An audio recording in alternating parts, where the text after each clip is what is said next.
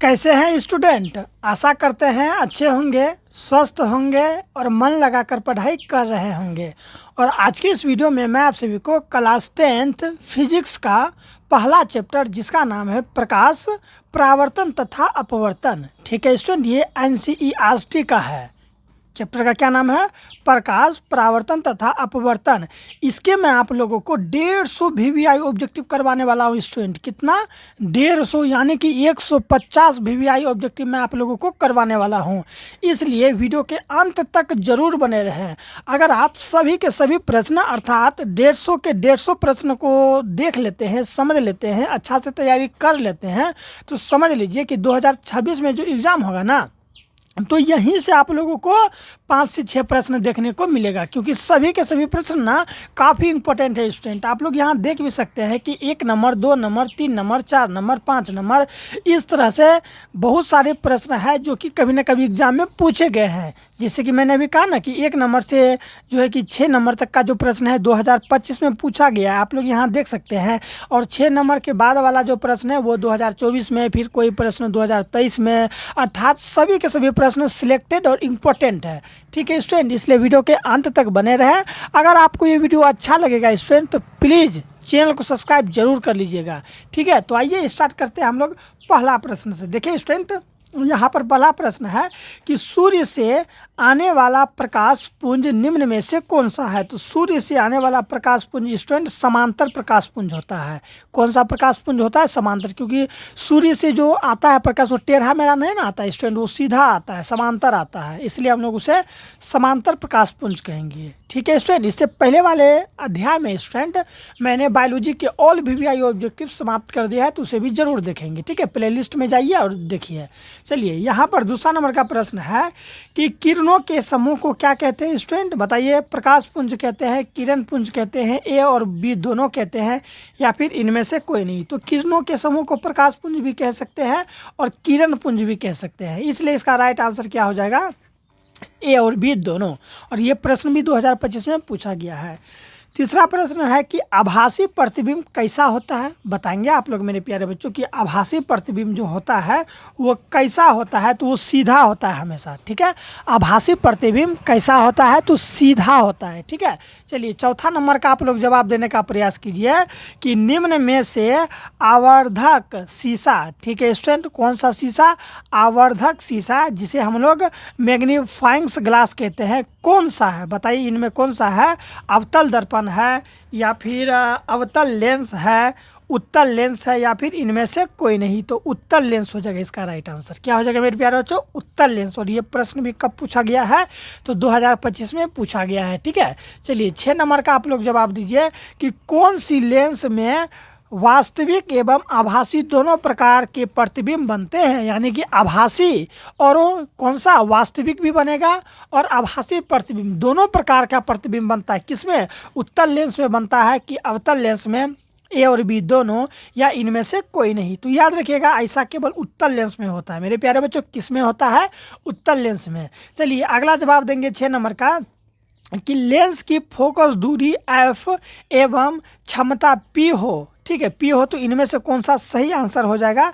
तो F into P equal to 1 होता है, ठीक है। क्या होता है? F इंटू का मतलब गुना होता है, F into P equal to 1 होता है। इस चीज़ को आप हमेशा याद रखेंगे, ठीक है। चलिए 7वां नंबर का अब आप लोग जवाब देंगे स्टूडेंट। आप लोग मेरे वीडियो को कहाँ से देखते हैं एक बार कमेंट करके ज़रूर बताएंगे, ठीक है। साथ ही साथ अपने दोस्तों को भी शेयर करेंगे, उसे भी कहिए कि ये वीडियो पढ़ लेने, ठीक है। चलिए 7 नंबर का बताइए कि फोकस दूरी 20 सेंटीमीटर के अवतल दर्पण की वक्रता त्रिज्या क्या होगी? वक्रता त्रिज्या पूछ रहा है, लेकिन क्या होनी चाहिए? उसकी फोकस दूरी जो है वो 20 सेंटीमीटर होगा, ठीक है। तो उसका राइट आंसर क्या हो जाएगा मेरे प्यारे बच्चों? 40 सेंटीमीटर हो जाएगा। क्या हो जाएगा? 40 सेंटीमीटर, ठीक है। 8वां नंबर का प्रश्न देखिए यहाँ पर क्या है। 8वां नंबर का कि कांच की एक समांतर पट्टिका पर श्वेत किरण तिरछी आपतित होती है, ठीक है। श्वेत किरण वो क्या होती है? तिरछी आपतित होती है। निम्नांकित में कौन प्रथम अपवर्तन के साथ घटित होगा? कौन सा घटित होगा मेरे प्यारे बच्चों? तो विचलन हो जाएगा, ठीक है। सबसे पहले क्या होगा? तो विचलन होगा। वही यहाँ पर पूछा है कि प्रथम अपवर्तन के साथ घटित होगा, तो विचलन होगा सबसे पहले। ठीक है, समझ में आ गया। चलिए 9 नंबर का जवाब दीजिए कि उत्तल दर्पण में आवर्धन का महत्व मान क्या है, बताइए। यहाँ देखिए ना, उत्तल दर्पण में आवर्धन का महत्तम, ठीक है, महत्तम मान क्या है? 2 है, 1 है या फिर 1/2, अर्थात जिसे हम लोग आधा कहते हैं, आधा है या फिर अनंत है। ठीक है, तो इसका राइट आंसर हो जाएगा आधा है अर्थात अनंत है। ठीक, ये आधा, सॉरी आधा है अर्थात 1/2 है, अनंत नहीं होगा इसका राइट आंसर। ठीक है, समझ में आ रहा है स्टूडेंट? तो प्लीज़ चैनल को सब्सक्राइब जरूर कर लेंगे मेरे प्यारे बच्चों। ठीक है, चलिए अगला है यहाँ पर कि किसी वस्तु का अवतल दर्पण द्वारा बना प्रतिबिंब आभासी, सीधा तथा वस्तु से बड़ा पाया गया। क्या पाया गया? पहले तो वो आभासी हुआ, फिर सीधा भी हुआ तथा वस्तु से बड़ा पाया गया। तो वस्तु की स्थिति कहाँ होनी चाहिए, यानी कि वो वस्तु कहाँ होनी चाहिए?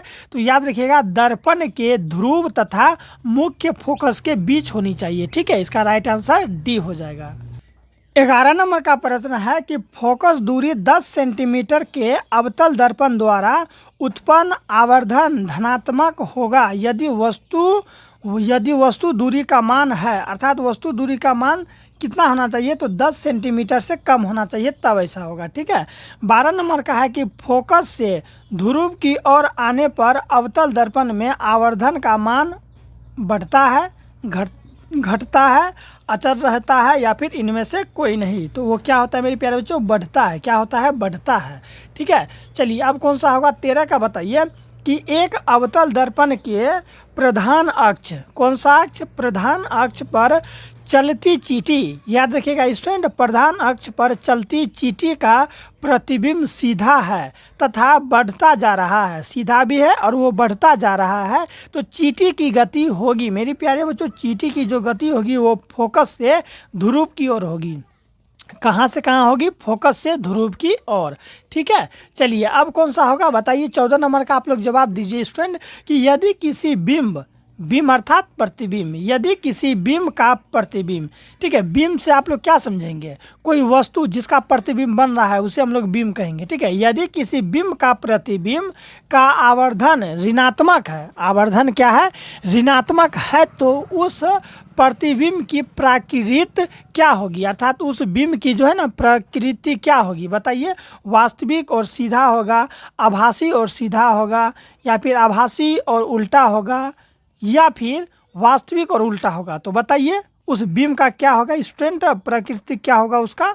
तो याद रखिएगा, वास्तविक होगा और वो उल्टा होगा। वो बिंब यानी कि वो जो वस्तु होगा वो क्या होगा? वास्तविक होगा और उल्टा होगा। ठीक है, 2024 में ये प्रश्न पूछा गया है स्टूडेंट। मैं बता दूं, ये सब चीज़ अगर आप तभी सही जवाब दे पाएंगे जब तक दर्पण वाला जो है ना, गोली दर्पण हो चाहे अवतल दर्पण हो, इसके बारे में पूरा तैयारी रहेगा तब कि कौन वस्तु कहाँ रखे, कितना दूरी पर रखे तो उसका प्रतिबिंब अच्छा बनेगा। ठीक है, वक्रता केंद्र क्या होता है, वक्रता त्रिज्या क्या होता है, आपतित किरण, परावर्तित किरण, फोकस दूरी, ये सब चीज़ जब आपको पता रहेगा ना तो आप लोग को ये सब चीज़ आसानी से समझ में आ जाएगा। अगर आपको पता नहीं रहेगा कि क्या होता है वक्रता त्रिज्या, क्या होता है बिंब, क्या होता है प्रतिबिंब, ठीक है, तो आपको बहुत दिक्कत देगा। ठीक है, तो अगर आप लोगों को ऐसा होता है चैनल को सब्सक्राइब करके रखिए, मैं उस पर एक वीडियो बना दूंगा।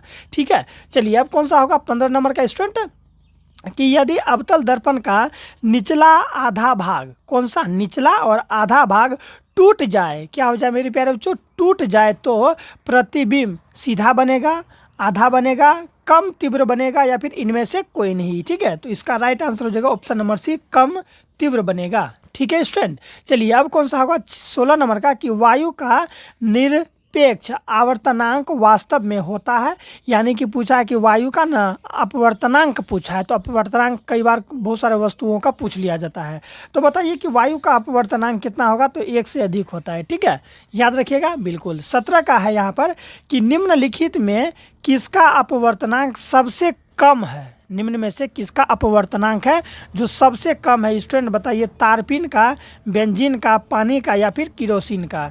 तो याद रखिएगा पानी का जो है ना अपवर्तनांक सबसे कम है। अपवर्तनांक क्या होता है आप लोग अच्छा तरीका से जानते हैं। ठीक है, चलिए अगला प्रश्न है यहाँ पर 18 का कि एक प्रकाश किरण एक समतल दर्पण पर लंबवत आपतित होती है, लंबवत अर्थात सीधा आपतित होती है, तो परावर्तन कोण का मान कितना होगा? जब कोई वस्तु सीधा आके पड़ेगा, ठीक है, तो वहाँ कोण क्या बनेगा? जैसे सीधा आएगा तो फिर उसी डायरेक्शन में चला जाएगा तो वहाँ 0 डिग्री का कोण बनेगा। कितना डिग्री का कोण बनेगा स्टूडेंट? 0 डिग्री का, अर्थात कोण नहीं बनेगा। चलिए 19 का है कि अवतल लेंस द्वारा प्राप्त प्रतिबिंब होता है। अवतल लेंस के द्वारा जो हम प्रतिबिंब प्राप्त करते हैं वो कैसा होता है मेरे प्यारे बच्चों? वो कैसा होता है? तो छोटा भी होता है, सीधा भी होता है, आभासी अर्थात काल्पनिक भी होता है, और इसलिए इसका राइट आंसर हो जाएगा इनमें से सभी। ठीक है, चलिए 20 नंबर का बताइए कि वायु में अभिसारी लेंस है। वायु में मेरे प्यारे बच्चों अभिसारी लेंस है, बताइए कैसा? तो कांच का उत्तल लेंस। ठीक है, वायु में अभिसारी लेंस है कांच का उत्तल लेंस। ठीक है, तो इसका राइट आंसर ये हो जाएगा। चलिए स्टूडेंट अब हम लोग आगे देखते हैं।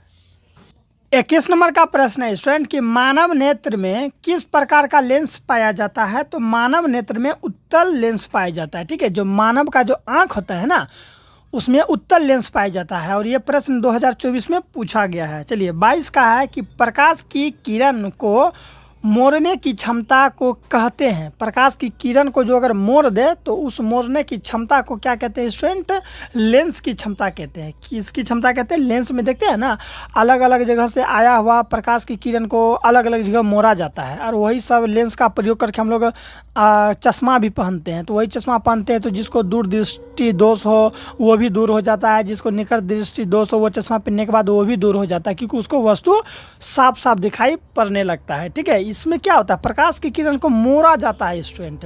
ठीक है, याद रखिएगा। चलिए 23 नंबर का प्रश्न है स्टूडेंट कि जल की एक गोलीय बूंद में व्यास के अनुदिश आपतित प्रकाश किरण की कितनी बार अपवर्तन होगा? कितनी बार अपवर्तन होगा मेरे प्यारे बच्चों?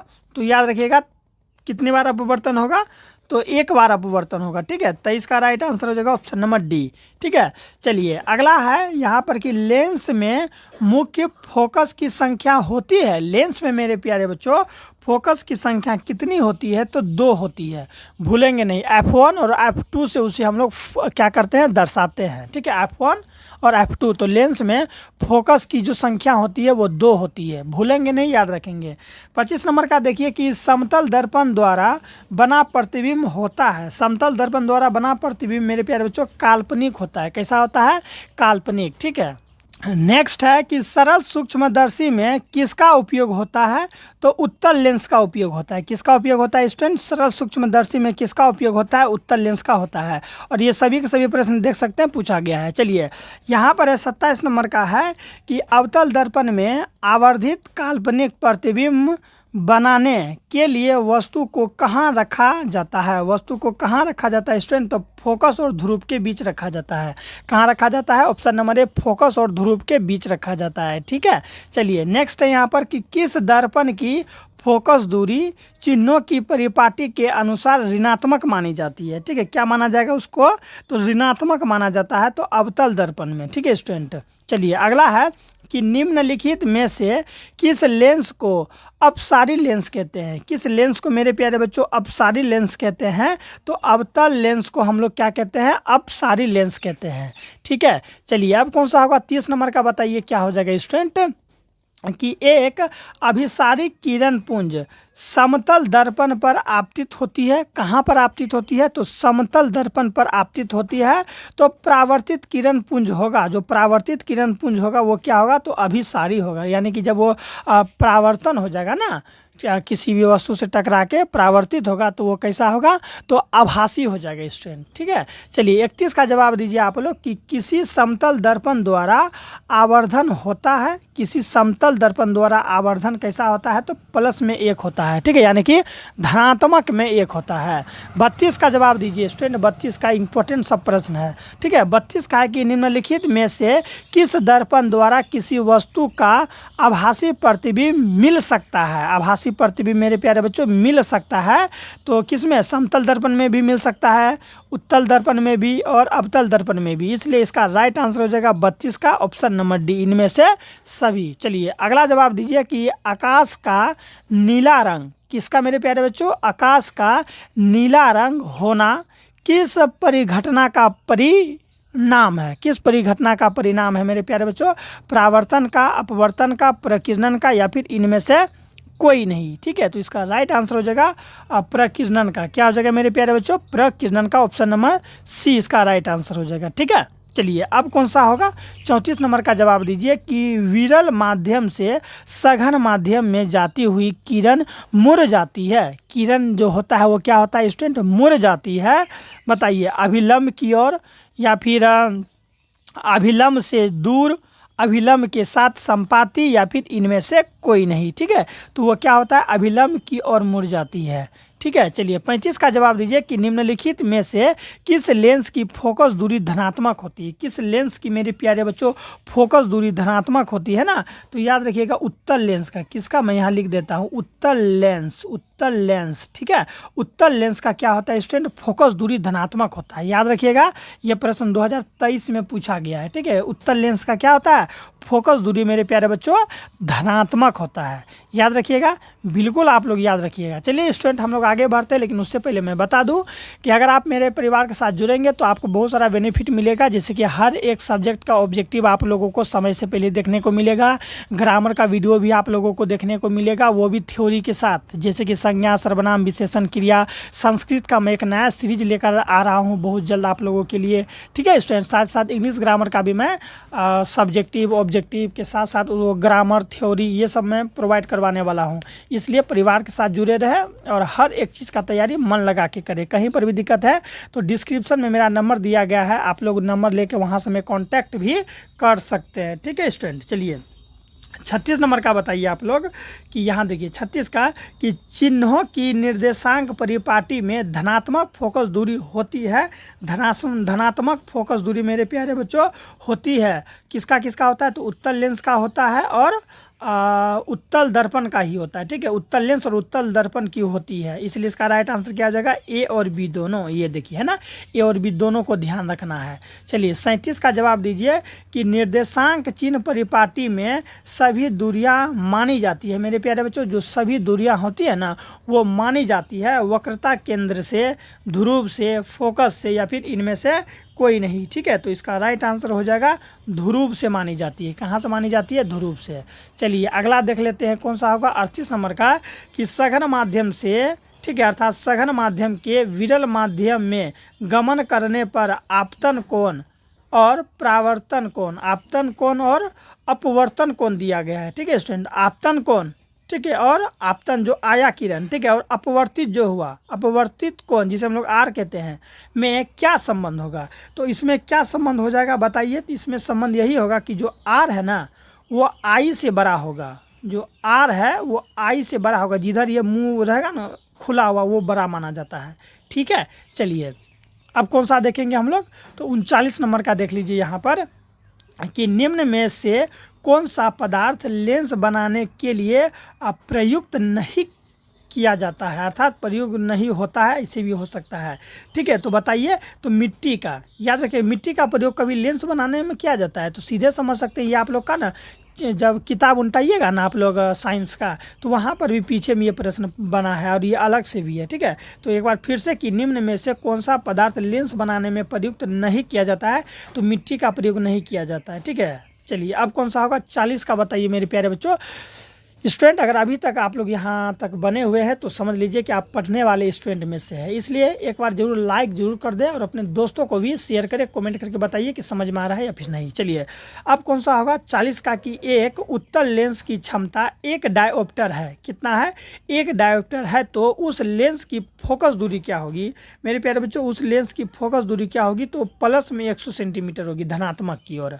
ठीक है, चलिए अब कौन सा होगा 41 का देखिए यहाँ पर क्या है कि किसी बिंब का, ठीक है स्टूडेंट, किसी बिंब का वास्तविक तथा समान साइज का प्रतिबिंब प्राप्त करने के लिए बिंब को उत्तल लेंस के सामने कहाँ रखा जाना चाहिए? बताइए कहाँ रखा जाना चाहिए?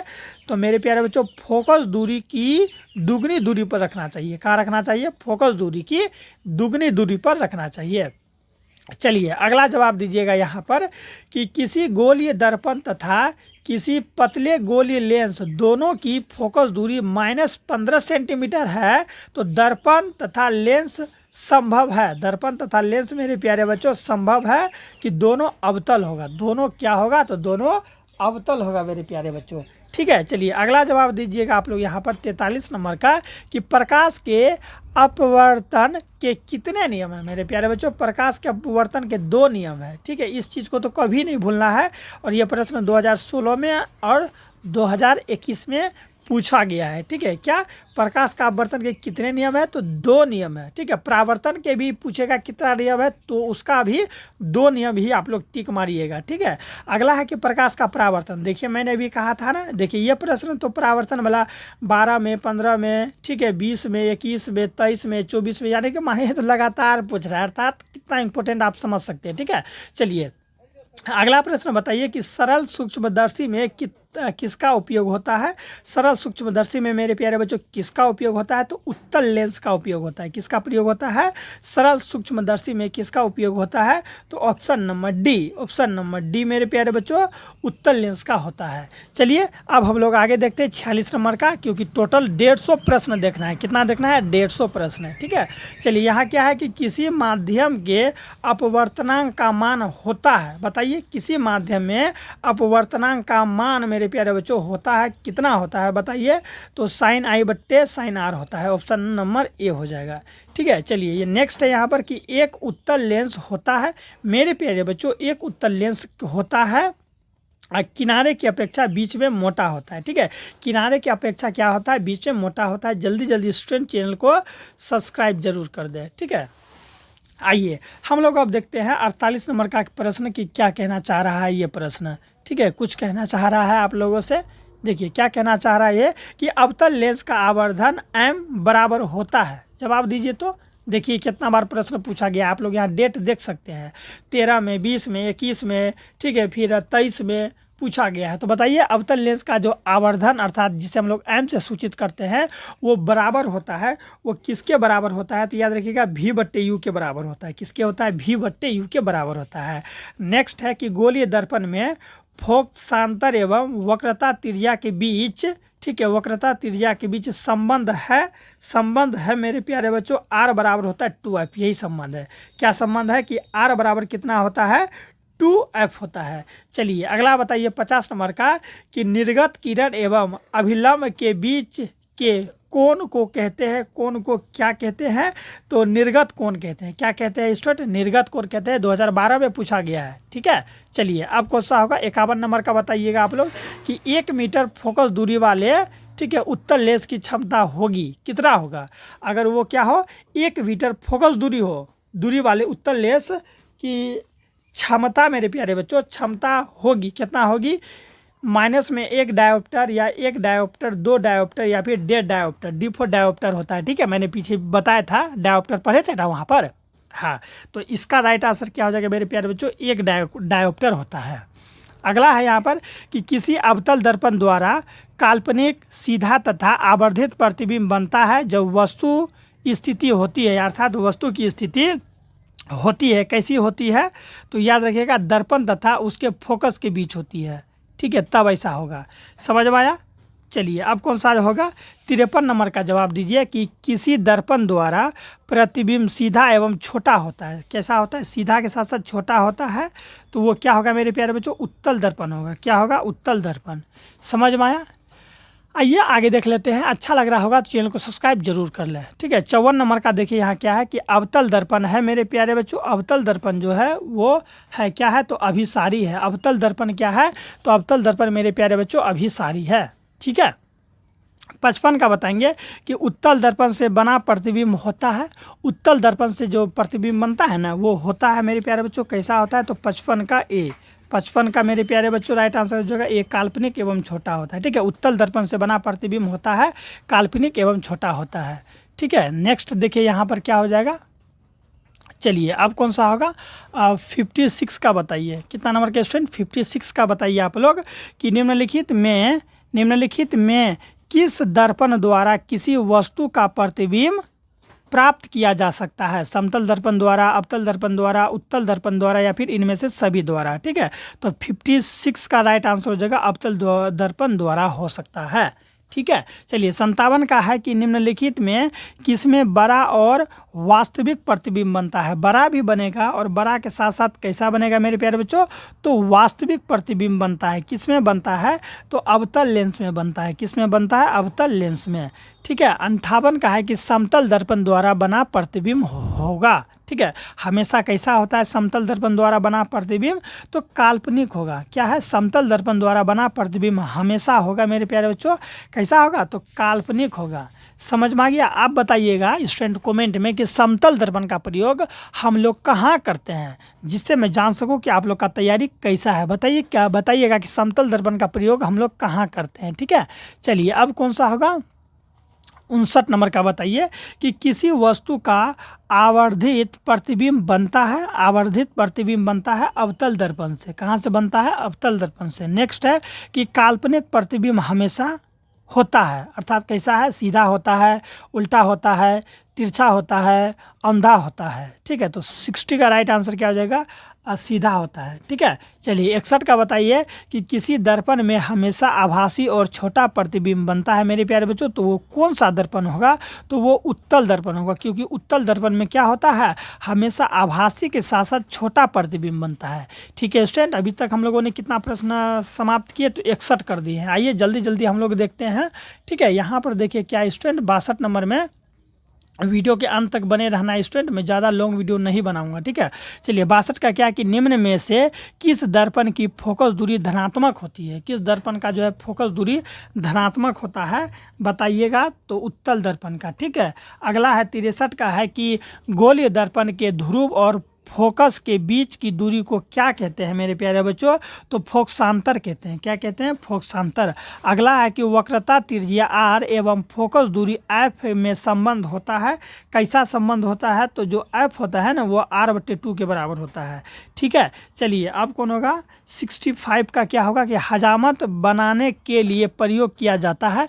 यानी जो हजामत होता है ना, जो दाढ़ी उड़ी बनाता है वही। ठीक है, हजामत बनाने के लिए हमेशा प्रयोग किया जाता है। तो वो लोग कौन सा दर्पण का प्रयोग करता है स्टूडेंट बताइए, तो वो लोग ना अवतल लेंस का प्रयोग करते हैं। किस लेंस का प्रयोग करते हैं, अवतल लेंस का। 66 का है कि सोलर कुकर में प्रयोग किया जाता है। सोलर कुकर में प्रयोग किया जाता है अवतल दर्पण का प्रयोग किया जाता है। ठीक है, सोलर कुकर में प्रयोग किया जाता है अवतल दर्पण का, भूलेंगे नहीं, इंपॉर्टेंट प्रश्न है। और ये 65 नंबर का प्रश्न तो रट्टा मार याद कर लीजिए कि हजामत अर्थात ऐसे भी हो सकता है कि दाढ़ी बनाने में, ठीक है, शेविंग उबिंग जो कराते हैं ना आप लोग, बाल उल जो कटवाने जाते हैं सैलून, हाँ, या ऐसे भी हो सकता है कि सैलून में प्रयोग किए जाते हैं, तो वहाँ पर ये लिखिएगा अवतल दर्पण का प्रयोग किया जाता है सैलून वगैरह में। ठीक है, चलिए अगला क्या है, यहाँ पर देखिए, ये तो बता ही दिया अवतल दर्पण का। फिर यहाँ पर देखिए क्या 67 का कि सर्च लाइट की, किसकी student, search light, search light की परावर्तक सतह होती है। सर्च लाइट की जो परावर्तक सतह होती है वो कैसा होता है मेरे प्यारे बच्चों, तो याद रखिएगा अवतल होता है। किसका, सर्च लाइट की परावर्तक सतह होता है, कैसा होता है, तो अवतल होता है। आप लोग कमेंट करके बताइए कि सर्च लाइट क्या होता है, मैं देखना चाहता हूँ कि सर्च लाइट के बारे में कितने को जानकारी है। ठीक है, चलिए 68 का बताएंगे आप लोग। ठीक है, 68 का जल्दी जल्दी जवाब दीजिए कि रोगियों की नाक, कान, गले आदि की जांच के लिए डॉक्टर प्रयोग करते हैं, अर्थात कौन सा दर्पण का प्रयोग करते हैं, तो अवतल दर्पण का ही प्रयोग करते हैं। आप लोग कभी डॉक्टर कन जाइएगा ना नाक वगैरह दिखाने के लिए या फिर कान वगैरह, तो कान में इंस्ट्रूमेंट डाल देगा, अवतल लेंस के माध्यम से देखेगा। दांत में भी वही प्रयोग किया जाता है। ठीक है, उसमें अच्छा से दिख जाता है कि कहाँ क्या प्रॉब्लम है, दर्पण के माध्यम से। ठीक है, उसमें परावर्तित का रूल फॉलो किया जाता है। आपके कान में डालेगा और वहाँ देखेगा, ठीक है, तो इससे पता चल जाएगा।